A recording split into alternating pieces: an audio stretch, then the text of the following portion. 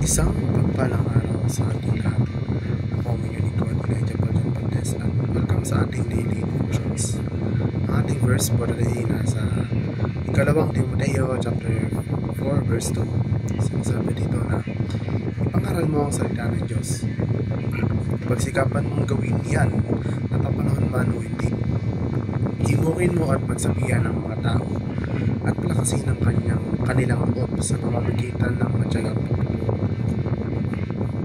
Ang mabisang pangangaral ay nakatuon sa nilalaman ng mensahe, hindi sa estilo o karisma ng mga pangangaral.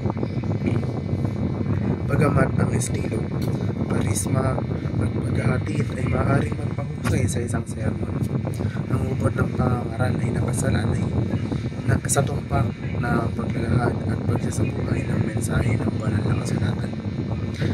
Ang expository ng pangangaral, halimbawa, ay binibigang tingin ang paglalahad ng kahulugan ng teksto sa mismong opinyon sa halip na muling paglalahad ng personal na opinyon.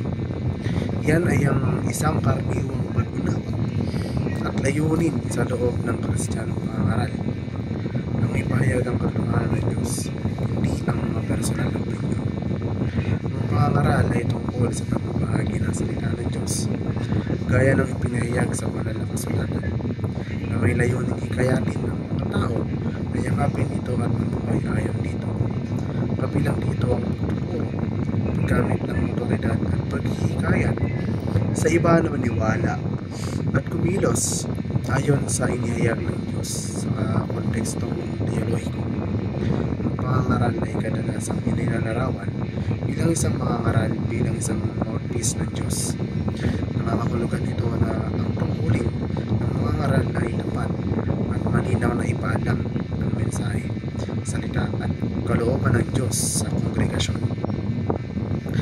Upang epektibong makinig sa Diyos, unahin ang pakikipag-ugnayan sa kanyang salita sa pamamagitan ng pagbabasa at pamumuni-muni na sinusundan ng panalangin. Kabilang dito ang paghahanap ng tahimik na lugar, pagbabasa ng kasulatan ng may intensyon, pagninilay-nilay sa kahulugan nito, at pagkatapos ay manalangin para sa iyong natutunan. Ibig sabihin na magsalita sa puso. Upang maabot ang puso, ay pag-usap ng may tunay na damdamin at katapatan, pakikipag-ugnayan sa iba sa mas malalim at personal na antas. Kabilang dito ang pagbabahagi ng iyong mga tunay na iniisip at damdamin, pagbuo ng tiwala at pagpapaunlad ng makabuluhang mga relasyon.